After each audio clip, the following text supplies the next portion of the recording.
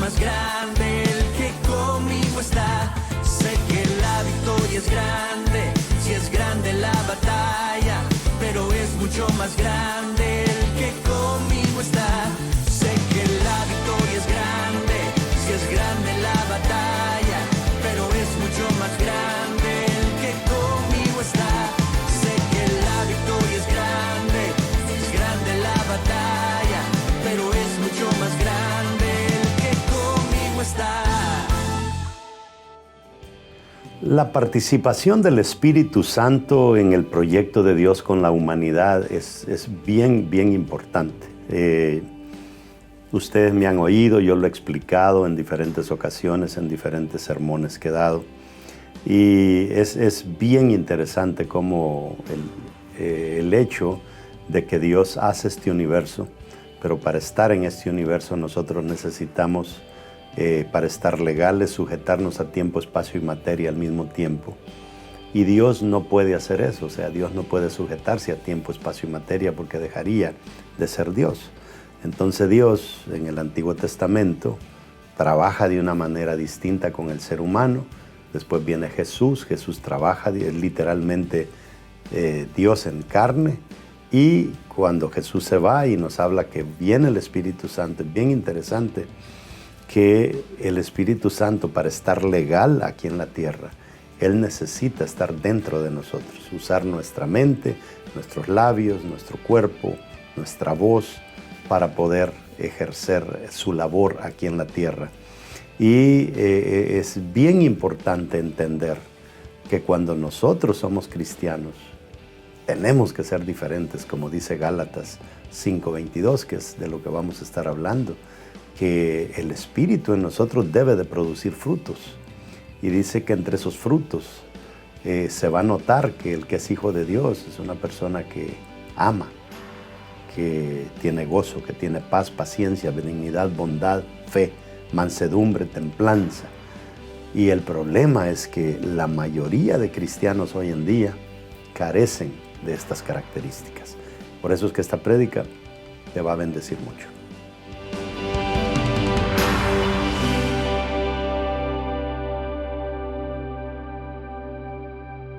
Diga conmigo, la Biblia es palabra de Dios.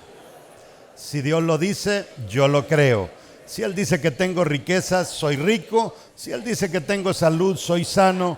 Si Él dice que tengo salvación, soy salvo. Si Él dice que soy su hijo, soy importante. Por eso, de hoy en adelante, nadie más me definirá. El único que me define es Dios, mi Hacedor. Declare lo que... No hay nada más poderoso que esto. ¿Ok? Bueno, lo voy a invitar a que lea conmigo en el libro de Mateo, capítulo 16, verso 19. Dice, póngale mucha atención a este versículo porque quien lo está diciendo es Jesús. Y si Él lo dice, yo lo creo. Pero si yo lo creo, yo tengo que actuar en base a lo que creo. Dice, te daré las llaves del reino de los cielos. ¿Cuántas llaves dice? Varias llaves. Te daré las llaves del reino de los cielos. O sea, vivir bien aquí en la tierra como cristiano es asunto de llaves. No es asunto de que usted ya le entregó su vida a Jesús, eso lo hace salvo, ¿verdad? No es de que usted vaya a la iglesia, sí, eso lo ayuda a ir incrementando su capacidad de conocimiento y todo eso. Se trata de tener las llaves. Y dice, lo que tú ates aquí en la tierra también quedará atado en el cielo, y lo que tú desates aquí en la tierra también quedará desatado en el cielo. Tome asiento. Mire, yo soy una persona a la que no le gusta perder el tiempo. Para mí, si el evangelio va a ser un asunto de que Dios nos va a estar entreteniendo aquí, dándonos a tole con el dedo, como dicen en Centroamérica, por años hasta que nos muramos, eso no es para mí. Yo no estoy para perder el tiempo. Yo tengo que ver por qué Dios me puso en la tierra. Y yo he descubierto que Dios te puso en la tierra con un propósito. Y esa es la razón por la que nosotros somos cristianos. Yo analizo. Yo no vine a la iglesia porque quería ser cristiano. Yo vine a la iglesia porque quería demostrar que el cristianismo era falso. Y esa fue mi primer tarea, demostrar que el cristianismo era falso. Y entre más yo quería demostrar, más me topaba con evidencia de que era verdadero. Pero aún así, no importa dónde vaya, siempre me encuentro con el vocabulario de la gente. Aquí estamos, ¿verdad? Somos poquitos, pero somos calidad. Y eso, y que aquí es duro, y que aquí la tierra no es fácil, y que a nosotros nos tocó el peor terreno. En todos lados donde uno va, la iglesia evangélica pasa miseria. Y yo no considero que un Dios tan poderoso como el que nosotros confesamos se agrade en eso. Yo siento que es que no hemos encontrado las llaves. Y por eso es que vivimos como vivimos. Analizo religiones, estudié muchas religiones para ser lo que soy ahora. Estudié el taoísmo, estudié el budismo, estudié bastante sobre lo que es el islam y lo que es el cristianismo. Y llego a la conclusión de que no hay nada comparado al cristianismo. De una vez pedimos perdón a aquellos que fueron heridos por un cristianismo que no era cristianismo. Ahí por 1492 para atrás, que murieron miles de personas en el nombre de la cruz y en el nombre de Dios, cuando no era Dios el que estaba dirigiendo sus movimientos. Ahora, Jesús como Salvador, vemos de que cuando Jesús viene, el que está en la cúpula como rey se llama César. Todos los judíos esperaban que en cualquier momento Jesús iba a ir y que le iba a dar en la torre a César. Pero Jesús no vino con esa mentalidad. Jesús no vino con esa ideología de derribar gobiernos a través de aniquilar. Jesús vino con una ideología que yo no necesito poner por el piso a mi contrincante para que yo me vea más grande, sino yo me voy a ver más grande por quien yo soy. Eso es lo que Jesús nos enseñó. Hoy en día la película, la novela que vemos de los políticos en toda Latinoamérica da risa, porque yo le saco los trapos al sol a mi contrincante para que se vea mal, para que yo me vea bien. Y así no se hacen las cosas. Entonces, cuando nosotros nos ponemos a analizar este asunto del reino de Dios, tiene sentido. Entonces, cuando agarramos un año que decimos que va a ser un año de cosecha, yo no quiero, mis amados hermanos, y yo dejo de ser pastor si eso es lo que implica el ser un pastor evangélico. Llenar una iglesia y que la gente siga siendo mediocre. Eso no es para mí. Mi deseo es que la gente tenga un cambio. Para mí, eso sí es evangelio. Ahora, Jesús como Salvador, le digo, amaba a César, pero Israel lo quería muerto, mientras que Cristo lo quería salvar. Entonces, esas dos ideas no concuerdan. Ahora, Jesús nunca dijo que no se le diera a César. Jesús dijo, respétenlo, denle a César lo que es del César y denle a Dios lo que es de Dios, porque Jesús no había venido a poner en amistad entre los mismos pueblos. Ahora, debemos presentar el evangelio de una forma sutil y no agarrando a la gente a golpes con la Biblia. Ese tiradero que se da en las redes sociales a mí me da cólera, me enoja el que nos pongamos a tirarnos los unos con los otros. A veces de aquí mismo en la iglesia algunos de ustedes se prestan para subir frases que lo hacen ver a usted como santo, pero sabemos que detrás de eso usted quiere hacer ver al otro como estúpido, y eso no es de Dios. Ganamos más con amor que con otra cosa. En su bosquejo, en la primera línea ponga el poder del amor. Eso es algo bien importante. Yo no puedo abrazar una religión que me mande a decapitar a aquellos que no creen en el Dios que yo creo. Eso no es de Dios, eso no es amor. Ahora, Gálatas 5:22, mire lo que dice: mas el fruto del Espíritu es, ¿cuál es el que encabeza la lista? Amor, gozo, paz, paciencia, benignidad, bondad, fe, mansedumbre, templanza. Contra tales cosas no hay ley. Ahora, si estamos hablando de llaves, ¿no cree usted que ahí tenemos un montón de llaves? Si nosotros amamos con todo nuestro corazón, esa es una gran llave que nos va a abrir muchas puertas. Paz, ser personas pacíficas, paciencia. Hay gente que dan ganas de, ¿verdad?, cortarle la cabeza en el primer día, pero hay que ser paciente, ¿verdad? No todos aprendemos tan rápido. Hay gente que se reventó la cara 20 veces con la misma piedra, como dice el corito, y no aprenden. Dice benignidad, o sea, hacer el bien. ¿A cuántos de nosotros, hermanos, nos ha tocado que hacemos el bien y a cambio nos hacen mal? Pero eso no es un indicador para que yo deje de hacer el bien. Yo tengo que seguirlo haciendo.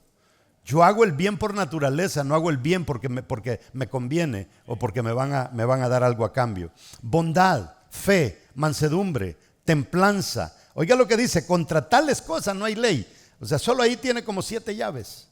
Pero la llave que a Jesús le funcionó fue la llave del amor. El amor hace mucho más bien que la crítica. Lo mismo cuesta criticar, dar una frase de crítica que una frase de amor. Pero la frase de amor nos va a llevar más lejos. Entonces, nosotros tenemos que predicar amor. Oiga, ese asunto de que llenemos un corral de gente, que llenemos un lugar de gente porque es año de cosecha, no tiene sentido si nosotros no lo estamos llenando con amor. Esa es la clave.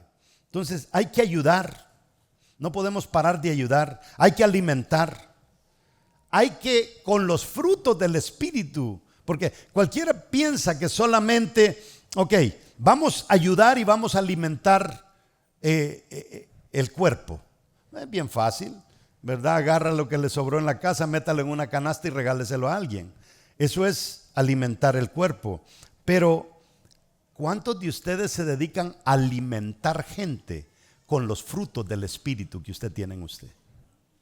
Ese es otro tipo de alimentar. ¿Me entiende? Si usted tiene el fruto del conocimiento, compártalo con otros. Si usted tiene el fruto del amor, compártalo con otros. Ahora, Jesús nunca atacó a César, nunca atacó a Pilato, nunca atacó a nadie, porque Él venía en son de paz. Él venía a mostrar el amor. Ahora, si nos agarran, póngase a pensar usted, yo voy a un país a predicar el evangelio y en mi valija me encuentran un montón de tratados y me encuentran un montón de Biblias que yo llevo ahí medio clandestinas para regalarlas. Entonces nos agarran predicando en algún país. ¿Qué es lo que nos pasa? Nos pueden meter hasta presos, porque agarran las Biblias y los tratados como una evidencia para meterme preso. Pero si me agarran repartiendo amor en cualquier parte del mundo, ¿a quién han metido preso por amar? A nadie. Mire, yo hace un tiempo atrás tuve el privilegio de ir a predicar a Corea del Sur. Y allá le predicaba a un grupo de empresarios. Y me topé con 2 coreanas que estaban en China. Se fueron a predicar el evangelio. Pero lo único que ellas hacían era darle amor a la gente. Y ahí vinieron ella con su hija, darle amor a la gente. Y cuando ellos veían que estas personas tenían algo que ellos no tenían, comenzaban a preguntar, ¿qué es lo que hay en ti que no hay en nosotros?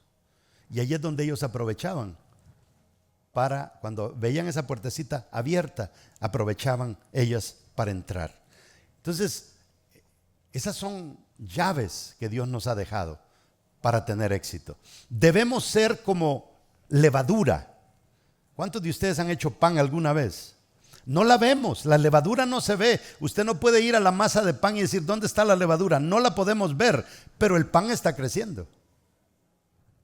¿Me entiende? Eso es lo que nosotros tenemos que hacer. Jesús comparó el reino de los cielos como sembrar semilla. Es como la semilla de mostaza, dijo. Es como la levadura. O sea, este asunto, amados hermanos, de cosecha, no solamente se trata de llenar un recinto con gente. Se trata de que esa gente cambie. Si nosotros nos ponemos la meta de llenar este lugar de gente, pero no enfocamos el cambio, así como se llenó, así se va a vaciar. Porque solo el cambio es el que hace que el fruto permanezca. Ahora, que el trigo y la cizaña crezcan juntos, es el mensaje que tenemos en la Biblia. ¿Para qué? Para poderlos impactar. Pero aquí viene un chismoso de esos sinvergüenzas que a veces llegan a la iglesia y ven quién está al lado y ya comienzan a hablarle mal del pastor de que esta iglesia es que dicen que hay rumores y que no sé qué, busquen las redes sociales. De verdad, 1 se lleva 5, cuando 5 debieron haber impactado al 1. ¿Por qué? Porque no hemos entendido que nosotros no hemos sido llamados. Es que esa hermana expúlsela de la iglesia. ¿Por qué? Eso no es lo que el Señor nos dijo, sino es impactar nosotros con el amor que Dios nos ha dado. Ahora miremos cómo el amor de Dios lo entrega todo y cómo Dios, póngale mucha atención a lo que le quiero compartir. Lo tenemos en el libro de Isaías. Esta porción es tan poderosa que hay muchos cristianos que han ido a Israel y se la leen a judíos y le dice, ¿tú habías leído esta porción alguna vez? Y todos dicen, nunca. Es como el texto prohibido de la Biblia, porque es el texto que literalmente nos describe a Jesús como Mesías. Dice el verso 10, con todo eso, Jehová quiso quebrantarlo, hablando de Jesús, sujetándolo a padecimiento, cuando haya puesto su vida, ¿en qué dice? En expiación por el pecado. Verá linaje, vivirá por largos días y la voluntad de Jehová será en su mano prosperada. ¿Por qué dice que Cristo murió? Para expiar pecado. ¿Por qué murió Jesús? Por expiar pecado. Póngale mucha atención a lo que le voy a decir, que esto va a cambiar tu vida. Entonces Jesús vino por expiar pecado. Si usted lee Isaías 53:10, nos habla claramente sobre cómo el pecado de Adán hizo necesario que Cristo viniera. ¿Por qué vino Cristo? Por el pecado de Adán. Así es como se van descubriendo las llaves de esta cosa. Ahora, con la caída, usted tiene que ir a la caída, perdimos algo que para nosotros no tiene sentido. La palabra para paz en hebreo es la palabra shalom. Cuando usted llega a Israel, lo primerito que le dicen es shalom, Shabbat shalom. Y lo que usted contesta dice shalom, es bien sencillo. Pero no entendemos la profundidad de shalom. Shalom, la palabra aparece más de 250 veces en el Antiguo Testamento. Es bien importante porque esta es una llave que le estoy dando. ¿Ok? Al perder el shalom, o sea, con el pecado, se pierde el shalom. ¿Por qué? Porque shalom quiere decir plenitud, quiere decir completo. Entonces, cuando usted está en un estado de shalom, usted está en un estado pleno. No le falta nada. Le cortaron la luz, la debía de todas maneras. No que hay uno que ponen desgraciados que no entienden que uno sin luz no puede vivir. Bueno, la compañía también entiende que sin pagar ellos no pueden subsistir. Entonces nosotros tenemos que entender que cuando estamos plenos, completos, no nos ahogamos en un vaso de agua. Porque entendemos que nos hemos equivocado y entendemos que hay que enmendar errores. Entendemos de que tenemos que crecer en esto y crecer en el otro. O sea, ese estado de plenitud se perdió con el pecado de Adán y Eva. No hubo shalom más. Entonces, cuando tú pierdes el shalom de Dios, pierdes 8 cosas que ya se las hemos enseñado en algunas ocasiones y se las voy a mencionar, pero antes quiero que lea conmigo el verso 6. Todos nosotros, dice, nos descarriamos como ovejas, cada cual se apartó por su camino. Mas Jehová cargó en él el pecado de todos nosotros. O sea, ¿qué es lo que vino por perder el shalom de Dios? Cuando perdemos la plenitud, entonces dice aquí que nos da por andar ensayando y queriendo ir por nuestros propios caminos. Nos descarriamos. Sin el shalom nos descarriamos. Ahora, nosotros todos le echamos la culpa al pecado. Y el pecado literalmente es hacer algo que a Dios no le agrada. Pero el pecado, en realidad, hay algo de fondo. Y ese algo de fondo es haber perdido la plenitud, haber perdido el shalom de Dios. Ahora, el verso 6 nos habla de cómo nos perdimos, siguiendo, dice, nuestros propios caminos, y caímos en la maldad por haber perdido ese shalom de Dios. Entonces, olvidémonos un poco del pecado. Sabemos que a Dios no le agrada el pecado, pero pongámosle atención a cómo recupero el shalom de Dios. Porque estamos hablando de reino, estamos hablando de gente diferente. ¿Cómo lo recupero? Ahora, vea lo que dice el verso 5 en el mismo capítulo multimedia de Isaías. Se lo voy a leer en la versión Dios habla hoy. Pero fue traspasado a causa de nuestra rebeldía, fue atormentado a causa de nuestras maldades. Y dice, el castigo que sufrió nos trajo paz, dice la versión Dios habla hoy. Se lo vuelvo a leer.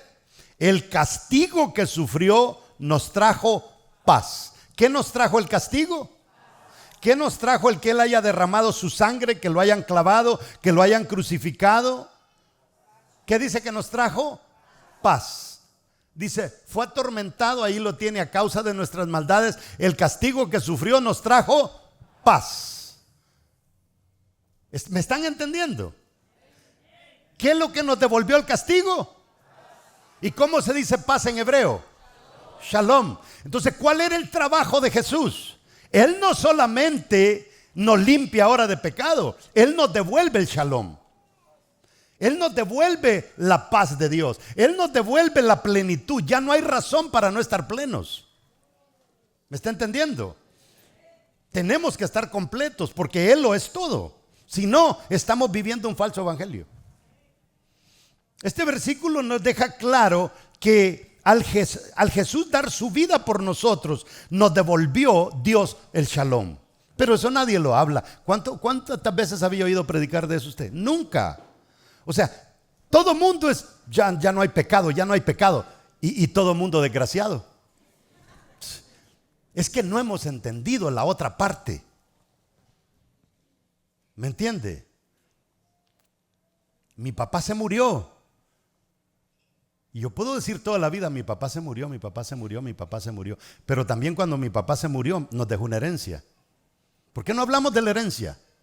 Sino que solo hablamos de la muerte. Y ahí lloramos porque Jesús murió, y lloramos, y verdad, y esto, y lloramos porque me quitó el pecado.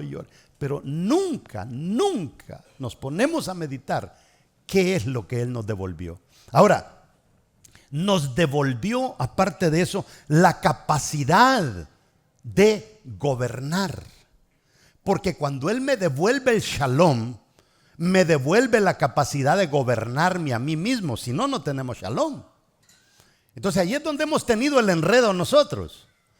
Que sí, ya nos quitó el pecado, pero no nos ponemos a pensar que nos devolvió el shalom, la plenitud. Pero la forma en que me devuelve el shalom, todos lo tenemos. Pero no todos lo usamos. ¿Por qué? Porque para usarlo hay que entender que si usted no tiene un autogobierno, usted no lo puede recuperar. La clave está en sabernos gobernar a nosotros mismos. Gobiérnese la lengua, ya deje de hacer tanto chisme. Gobiérnese la boca, ya deje de decir tantas malas palabras. Gobierne la cabeza y la lengua y ya no siga confesando cosas negativas. Es que este es un burro, así era el papá, así iba a ser el hijo. No, confiese cosas positivas. El poder volver a gobernarnos a nosotros mismos es el futuro de nosotros. Segunda parte, porque aquí lo voy a amarrar con algo bien importante. Jesús vino, murió por nosotros, quitó el pecado, nos devuelve el shalom. Y cuando Él nos devuelve ese shalom, resulta que hay 8 cosas que le había dicho que se las iba a dar, que el Señor nos da de regreso con el shalom de Dios. Déjeme, y se las voy a mencionar, las 8 cosas que el Señor nos devuelve. Número 1, la aceptación. Cuando Adán y Eva pecaron, el ser humano pierde la aceptación. De ahí nace el que yo no me acepto como soy. Es que miren mis pantorrillas, miren qué brazos más gordos tengo. Es que tengo que cubrírmelos. Es que soy muy cachetona. Es que tengo papadas. Es que mi garganta es muy cortita. Es que soy muy cabezón. Es que soy muy desproporcionado. Arriba ancho y abajo. O sea, no nos aceptamos. Es que ¿por qué tengo el pelo así medio afro, medio colocho? ¿Por qué tengo el pelo liso y no lo tengo afro? ¿Por qué el color de mi piel? Entonces ahí viene la falta de aceptación y eso lo perdimos. Entonces cuando Él nos devuelve el shalom, ¿qué es lo que tenemos que también conquistar? La aceptación. Yo me mire hacia el espejo y diga, cachetoncito, pero estás chulo, hijo. Vas a mejorar, vas a perder esas libras. O sea, agarre de regreso eso que el enemigo le ha robado. Esas son las llaves. Esas son llaves del reino. O sea, ¿por qué? Mire, hay mujeres que van a la tienda y compran, son talla 8 y compran talla 6 y se llevan el vestido y dicen, ¿por qué compraste talla 6? Porque voy a perder peso. Se pudre el vestido.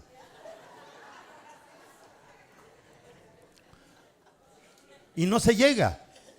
Entonces, pero aparte de eso, se la leo rápido porque si no aquí se me van los 19 minutos que me quedan. La pertenencia. El que usted siente que no encaja en ningún sitio. No, es que yo no sé, yo ahí como que les caigo mal. Yo llego a esa iglesia y todo el mundo me mira raro. Es que me escanean de pies a cabeza y seguramente están viendo que mis piernas, no te están viendo los defectos, ¿cómo lo sabes? Y aunque te los vieran, y así soy, ¿y qué pues? Así soy. Así me hizo mi Diosito. ¿Para dónde? ¿Verdad? Entonces mucha gente se la pasa asfixiado en esas cosas. Y hay más. Son 8. La tercera es la competencia. La competencia tiene que ver con aquello de que se pierde la noción de que tú eres capaz de hacer algo. No, es que en mi familia nadie terminó la universidad y yo tampoco la voy a terminar. Se pierde la capacidad. Esas cosas hay que recuperarlas. Todos en mi familia no sacaron un título universitario. ¿Y por qué yo no lo voy a sacar? ¿Ah? No, pero como somos tarados, nos vamos comparando. No, es que yo no lo voy a terminar, pero no soy el único. Mi primo no lo terminó. Mi prima tampoco. Mis tíos, nadie tiene título. ¿Ah? Entonces nos comparamos. Dice, pero es que alguien viene y te profetiza y te dice que hay un pastor. No, pero si en mi familia no ha habido pastor. Si yo le describiera si usted hubiera conocido a mi papá y hubiera conocido a mi mamá, pensar que de ahí van a salir pastores, hermano, usted tenía que estar loco.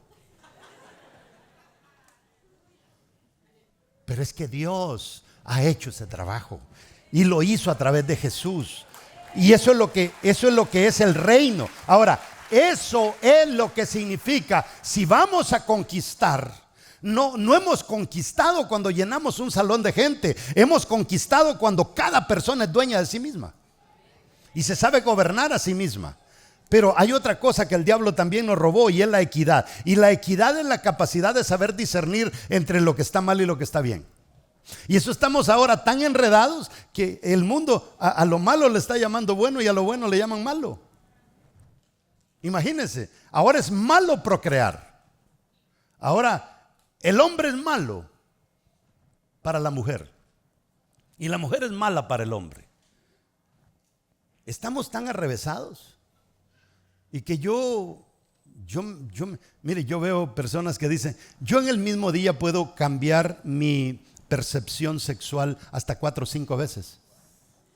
¿Cómo puede ser eso? Esa es pérdida de equidad. Entonces nosotros les podemos tirar, brutos, tarados, eso no es así, ¿cómo se les ocurre semejante tontería? es que no lo vamos a lograr hablándoles así. Hay que ver cómo les devolvemos la equidad. Y para que le devolvamos la equidad tenemos que devolverle el shalom. Y para devolverle el shalom hay que llevarlos a Cristo. Y para llevarlos a Cristo hay que llevarlos al arrepentimiento. Y cuando van al arrepentimiento, Él los perdona de pecados y todo lo demás está arreglado. Eso es el evangelio para mí. Ese evangelio no, es que aguántelo. Un día va a estar en el cielo, allá le va a ir bien. No, yo no. Y no se los voy a mencionar todo, pero termino con el 5, la identidad. No hay cosa más terrible que el problema de la identidad hoy en día. Y el mismo diablo quiso robarle la identidad a Jesús cuando le dijo, si en verdad eres hijo de Dios, haz esto. Y Jesús no le cayó en el juego. ¿Quién no ha perdido la identidad ahora? La identidad no solo se pierde cuando tú intentas acercarte a personas del mismo sexo. La identidad también se pierde cuando Dios dijo que tú naciste para ser exitoso y tú te conformas con ser un fracasado. Eso es perder la identidad. Perder la identidad es cuando tú decides vivir tu vida en base a la definición que tus padres te dieron. Si tus padres dijeron que tú eres bruto y seguiste viviendo la vida como bruto, entonces es perder la identidad. Tu mamá y tu papá pudieron haber sido así. Ellos pudieron haber perdido su identidad, pero tú no vas a perder la tuya. ¿Está entendiendo? Y no importa la circunstancia. Dios nos pudo haber sacado de donde sea. Nos pudo haber sacado de las drogas. Nos pudo haber sacado de la prostitución. Nos pudo haber sacado de un lugar de adopción. Y nada nos puede robar eso a nosotros. Porque no son las circunstancias las que me definen a mí. Quien me define es Él. Y eso es lo que tengo, en eso tengo que agarrarme. Ahora, habiéndole mencionado eso, cuando nosotros, porque la segunda en sus notas es el poder del Espíritu Santo. Porque aquí es donde quiero que entendamos. Mire, yo gasto mucho de mi tiempo reenseñando a la gente porque hemos adoptado unas teologías tan en bancarrota que no tienen sentido. Quiero que lea conmigo en Hechos 1:6. Los discípulos le preguntaron a Jesús si restauraría el reino a Israel, si lo convertiría en nación.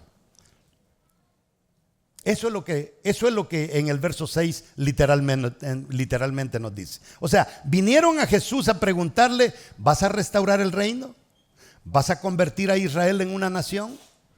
Ese no es el reino del que Jesús había venido a hablar. Jesús había venido a hablar del reino, de devolverte el estado de Shalom para que fueras pleno.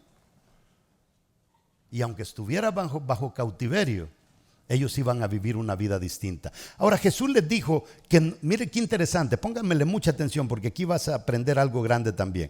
Jesús les dijo que no les tocaba a ellos saber los tiempos, verso 7 del capítulo 1 de Hechos. Pero mire lo que les dijo. Les anunció algo. Les hizo un anuncio, porque yo le voy a decir una cosa a usted. Amados hermanos, Jesús se nos fue. Él hizo su trabajo y se fue. Eso de que Jesús se fue es como que hagamos una casa y vino el albañil y te hizo la fundación y te hizo las paredes y te hizo todo lo de adentro, pero hay que llamar al que hace el techo para que la obra esté completa. Entonces Jesús dijo, yo me voy, pero no los voy a dejar solo, les voy a enviar el Espíritu Santo. Es más, dijo Jesús, a ustedes les conviene que yo me vaya, porque si yo no me voy no va a venir el Espíritu Santo. Entonces el trabajo de Jesús se acabó. Jesús no tiene nada más que hacer aquí ya. Él ya murió, Él ya se desangró, Él resucitó, nos limpió de pecado, nos devolvió el shalom. Pero dijo, yo tengo que enviarles al Consolador, al que se va a meter en su bendita cabeza, en su bendito corazón, en su espíritu, y les va a hacer entender estas cosas que yo les estoy enseñando. Eso es lo que Jesús literalmente nos anuncia. Ahora, aquí está el problema, porque a nosotros todo lo hemos tergiversado. Hechos capítulo 1, verso 8 dice, pero recibiréis poder cuando haya venido sobre vosotros el Espíritu Santo. Y eso lo hemos agarrado y lo hemos entendido bien. Y la gente agarra y anda imponiendo manos. Poder, Señor, en el nombre de Jesús. Eso dice la palabra, hermano, recibiréis poder. Ejerce el poder del Espíritu Santo. Pero hermanos, leamos el versículo entero. ¿Qué dice? Pero recibiréis poder cuando haya venido sobre vosotros el Espíritu Santo. ¿Qué nos ofrece? ¿Qué es lo que va a dar el Espíritu Santo? Poder. ¿Para qué? ¿Para andar tocándole cabeza a la gente y que sigan siendo los mismos? Porque hay gente que viene endemoniada y cuando uno ora por ellos se destraban. Pero ya cuando se destraban tienen que activarse en el shalom de Dios. Pero hay gente que hay que estarla destrabando todos los fines de semana. Y usted va a un clamor o una vigilia y son los mismos destrabándose todos los fines de semana. Y llegan a la iglesia y Dios le bendiga, hermano, trabados llegan.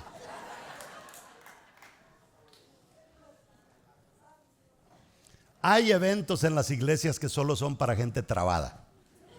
Y cuando la iglesia no se mueve en todos los cultos en destrabar gente, esa iglesia no es de Dios. Mire cómo estamos de locos. Ahora, dice, pero recibiréis poder cuando haya venido sobre vosotros el Espíritu Santo. ¿Y qué dice? Y me seréis testigos. O sea, para esto es el Espíritu Santo. ¿Para qué? Para que comencemos a llevar el Evangelio. ¿A dónde dice? En Jerusalén, en Judea, en Samaria y hasta en lo último de la tierra. ¿Para qué nos dejó el Espíritu Santo? Para propagar su palabra, para llenar este mundo de su palabra, porque solo su palabra es lo que puede cambiar. Entonces, ya olvidémonos de ese jueguecito de que el poder del Espíritu, mire, si usted me habla de poder del Espíritu Santo solamente porque pega unos cuantos saltos, pero no se ha ganado a nadie para Cristo, usted es mentira que tiene poder del Espíritu Santo. Usted es un charlatán. El poder del Espíritu Santo se demuestra cuando usted tiene ese amor.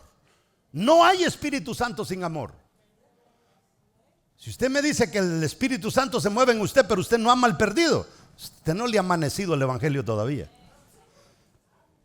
Entonces la clave del poder del Espíritu Santo es llevar el Evangelio a los diferentes lugares. La iglesia solamente le ha puesto atención a la primera parte de este versículo. Me serán testigos. Evangelizarán quiere decir en Jerusalén. ¿Qué quiere decir Jerusalén? En mi familia. Ahí están las llaves. O sea, mira hermano, es que Jesús lo dice bien claro. Yo les voy a enviar al Espíritu Santo y recibiréis poder. ¿Para qué tenés poder? Para ganarte a tu familia. Tenés el poder para ganarte a tu familia. Y recibiréis poder cuando haya venido sobre vosotros el Espíritu Santo. Y me seréis testigos en Jerusalén. O sea, me seréis testigos. Quiere decir, mira, yo soy testigo que tu familia va a cambiar. Eso quiere decir, va a cambiar porque va a cambiar. Porque para eso el Espíritu Santo está con usted. Pero no solamente eso, dice, en Judea. ¿Quiénes son estos? Mis compañeros de trabajo. La gente con la que entro en contacto a diario. Compañeros de escuela. Muchachitos que están en la universidad. Ustedes, Dios les ha dado el Espíritu Santo para que vayan a la universidad, para que vayan a la high school y transformen a esos cabezones. Y no que ustedes sean transformados. Más del 40% de los evangélicos que llegan a la universidad terminan ateos. Terminan saliéndose del evangelio. ¿Por qué? Porque no habían entendido todo esto. Y dice, y me seréis testigos en Samaria. O sea, ciudades fuera de la tuya, tu estado en general, tu nación. Y los confines de la tierra, otros países fuera del nuestro. Imagínense, nosotros ya preocupados porque la gente se convierta en Cuba, que la gente se convierta en Colombia, que se conviertan en Belice, que se convierta en España. Eso es otro nivel de entendimiento. Hay personas que a veces dicen, ¿y por qué razón usted saluda a la gente que está allá en otros lados? Estamos perdiendo tiempo, mejor predique y avance. No, es que los hemos ganado. Es que ellos también son nuestros. Es que ellos son de la familia. Entonces, hay gente que literalmente no le interesa que mencionemos la gente que tal vez se ha convertido porque no le ha costado nada. Y cuando a ti no te cuesta nada algo, no te importa. Pero cuando a uno le ha sudado, es diferente. Tercero, no hay Espíritu Santo sin reino, ni reino sin el Espíritu Santo. Entendamos eso. Este asunto del Espíritu Santo, eso de que oras por alguien y salió el demonio, eso es pan comido para Dios. Yo he visto cantidades de gente ser liberadas. Una vez oré por una muchacha que tenía nada más y nada menos que 33 demonios. Y en el mundo anda. El problema no es sacar los demonios, el problema es que cambien su manera de vivir. Eso, porque no lo hemos entendido. Mateo 6:10 dice: venga tu reino, hágase tu voluntad, así en la tierra como en el cielo. Fíjese cómo oraba Jesús. Jesús no oraba, Señor, que venga el reino a mí, no, que venga a la tierra. A la tierra. Nosotros podemos estar impactados por el poder de Dios, pero la gente que trabaja en la alcaldía no hay nadie impactado. La gente que trabaja haciendo leyes no han sido impactados. Y allá nos están cambiando las leyes y nosotros aquí me voy con él. Sí. Le voy a decir por qué no hay Espíritu Santo sin reino, ni reino sin Espíritu Santo. Esto lo podemos entender bien claro. Cuando España conquistó América, ¿qué es lo que nos pusieron en América? Un virrey. O sea, si Dios desde el cielo ha venido a conquistar la tierra, ¿a quién dejó Jesús como virrey aquí en la tierra? Al Espíritu Santo. ¿Quién es el virrey aquí en la tierra? Yo quisiera saber qué van a hacer los Jesús solos, que no le dan crédito al Espíritu Santo, o todas esas iglesias que no le dan crédito al Espíritu Santo. Dicen, no, es que démosle crédito a Jesús. Ok, perfecto, yo a Jesús le doy todo crédito. Sin Él no estuviéramos aquí. Pero Él se fue. Él dijo, yo me voy a preparar morada para que cuando ellos también ustedes estén. Pero Él se fue. Él no está aquí. Quien está es el Espíritu Santo. Jesús está aquí a través del Espíritu Santo. Pero el Espíritu Santo viene a ser como un virrey. Ahora, ¿qué significa virrey?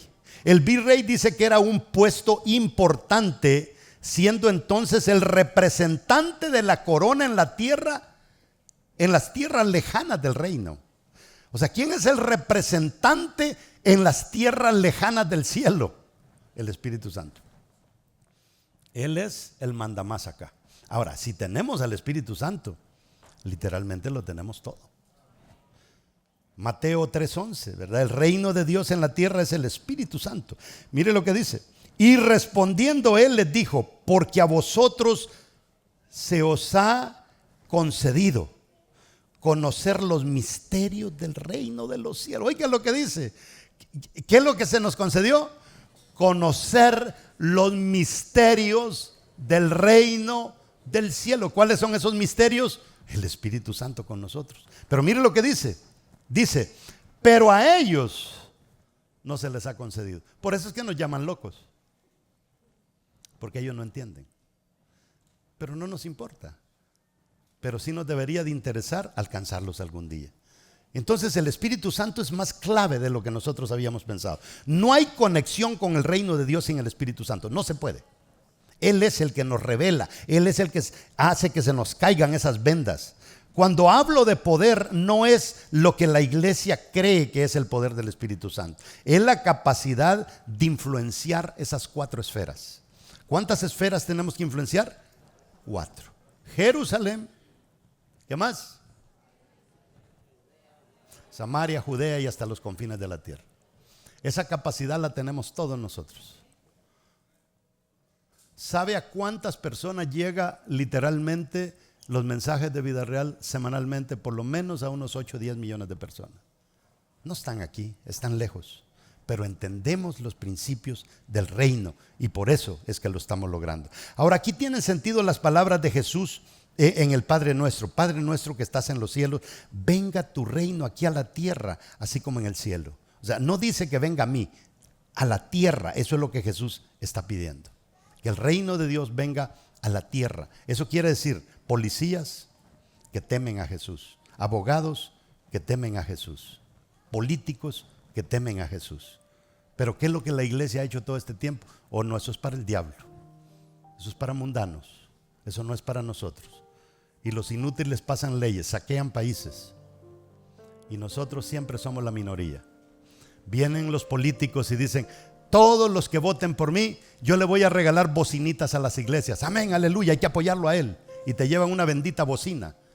y te robaron el alma completa. Eso yo lo he visto.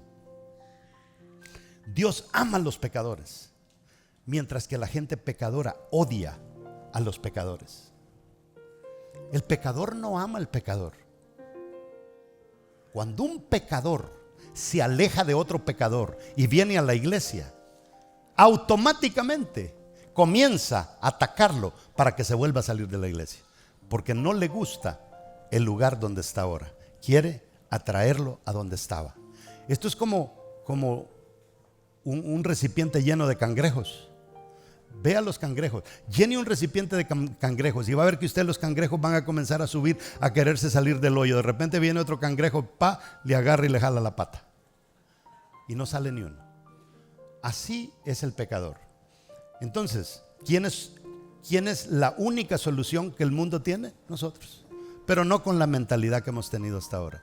Esa es una mentalidad de conquista, mis amados hermanos, porque qué duro fuera que yo replete una iglesia y pierda a mi familia. Pero no, ahí tiene que estar avanzando en todos los frentes. ¿Cómo están mis hermanos? ¿Cómo están mis hermanas? ¿Cómo están mis sobrinos? ¿Cómo están mis tíos? ¿Cómo están mis padres? Todo ahí. Y mientras tanto ganando aquí. ¿Cómo está mi célula? ¿Cómo está Juan, que me lo gané ayer? ¿Cómo se llama el otro, que ya lo estoy procesando en el discipulado? Así pues, para esto nacimos. Para esto el Señor nos dio ese llamado. Ahora, ¿quiénes se quejaban cuando Jesús se aproximaba a los pecadores? Los religiosos. Imagínense, Jesús se acerca, los que han estado haciendo el tiempo con Dios se dan cuenta. Mire, Jesús tuvo a Pedro, tuvo a Juan, tuvo a 12 discípulos. Y cuando Jesús resucita, ¿quiénes fueron los que llegaron al sepulcro y lo encontraron resucitado? 2 mujeres. ¿Y dónde estaban los discípulos? Encuevados. Y esas 2 mujeres tienen que ir y dice, y Dios las manda a que le dé las buenas nuevas a los discípulos. Imagínense, los meros del ministerio de Jesús, tienen que venir una mujer que le habían sacado demonios, que algunos dicen que había sido prostituta. Y a esa mujer Jesús le dice, ve y dile a los cabezones estos que yo resucité. Es que, amados hermanos, este asunto de que el diablo embelece a la gente ha sido histórico. Imagínense haber caminado con él, haberles dicho, yo voy a morir, pero voy a resucitar al tercer día, y todavía allá encerrados, y las mujeres van a ver al tercer día y ya no está Jesús. Y ahora ellas se convierten en las que vienen a anunciar el evangelio, porque aquellos se durmieron. Qué terrible fuera que nosotros aquí en la iglesia estemos tan dormidos, que gente allá afuera agarre más la onda que nosotros. Ahora le digo, hay un tipo aquí que se llama Jordan Peterson. No es ni cristiano el tipo. Se está enfrentando en, debates por todos lados, defendiendo la causa de Cristo, defendiendo puntos teológicos, y ni a la iglesia va. Y si a nosotros nos meten a debatir como él debate, no podemos, porque nosotros estamos muy ocupados en cosas religiosas. Importante que entendamos eso. Jesús entendía que él era el médico y la gente estaba enferma. Hay que entender eso, porque el diablo, como tú estuviste enfermo, a veces va a haber necesidad de ir a orar por otro. Y dice, ¿para qué voy a ir a orar? Yo sí estoy peor que él. ¿Me entiende? Con esa mentalidad nosotros no vamos a llegar a ningún lado. Jesús fue quien dijo que, escuche bien, Jesús dijo, mayores, se lo voy a leer, Juan 14:12. De cierto os digo, el que en mí cree, oiga lo que dice. Estas son las llaves, mis amados hermanos. Ya le di un montón de llaves. Esas 5 cosas de 8 que le mencioné, tiene que hacer las suyas. Eso de gobernarse a usted mismo, tiene que hacer lo suyo. Eso de que lo que ates aquí se ate en el cielo, y lo que se desata aquí se desate, eso haz lo tuyo. Y esto también, esto haz lo tuyo, llévate, mira, termina con esto, llévate esto, ponlo en este texto en tu refrigerador, textéalo, haz lo que quieres, súbelo a las redes. De cierto os digo, el que en mí cree, ¿quién dice? El que en mí cree. ¿Cuántos de ustedes creen en él? Todos. Ok, si ustedes creen en él, dice, las obras que yo hago, Él las hará también. Todo lo que Él hizo, lo puedes hacer tú, simplemente porque crees en Él. Pero si sufres este tipo de transformación. Pero mire cómo termina. Dice, y aún mayores hará, porque yo voy al Padre. Jesús no tenía allí, ay, que me como las uñas porque va a salir otro mejor que yo entre todos mis hijos. No, Él se agrada cuando tú repuntas y comienzas a levantarte y a crecer y a hacer cosas que nunca han sido hechas. Eso es lo que Él anda buscando. Póngase de pie.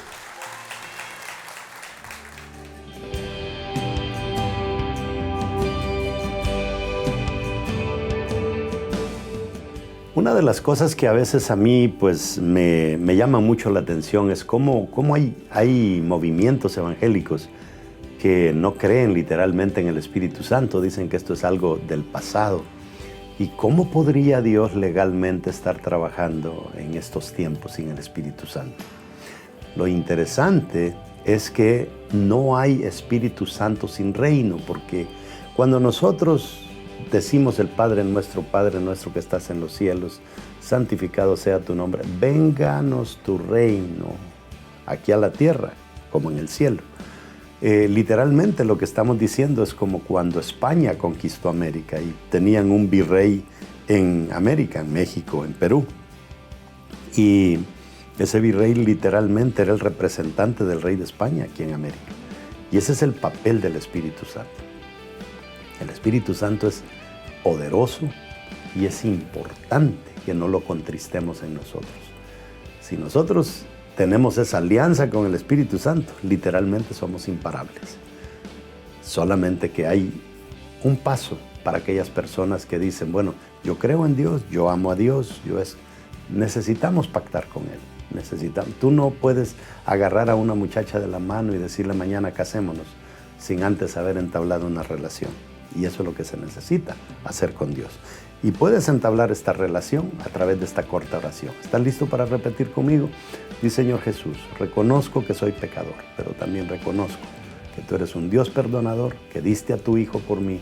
Y ahora, aceptándolo en mi corazón, yo paso de condenación a salvación. Gracias por su sangre, gracias por la vida que Él dio por cada uno de nosotros. Y gracias por escribir mi nombre en el libro de la vida. Amén. Has dado un gran paso. Ese paso yo lo di hace años y no me arrepiento. Y tú no te vas a arrepentir. Solo una cosa te pido. Métete en un discipulado muy importante. Un discipulado que te eduque, que te enseñe, que te saque de esa mentalidad que nosotros traemos de afuera. Y yo te garantizo que tu vida va a ser revolucionada y te vas a recordar por el resto de tus días que este mensaje cambió tu vida.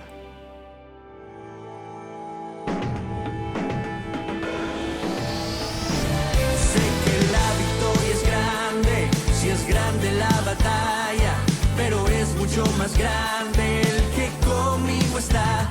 Sé que la victoria es grande, si es grande la batalla, pero es mucho más grande el que conmigo está.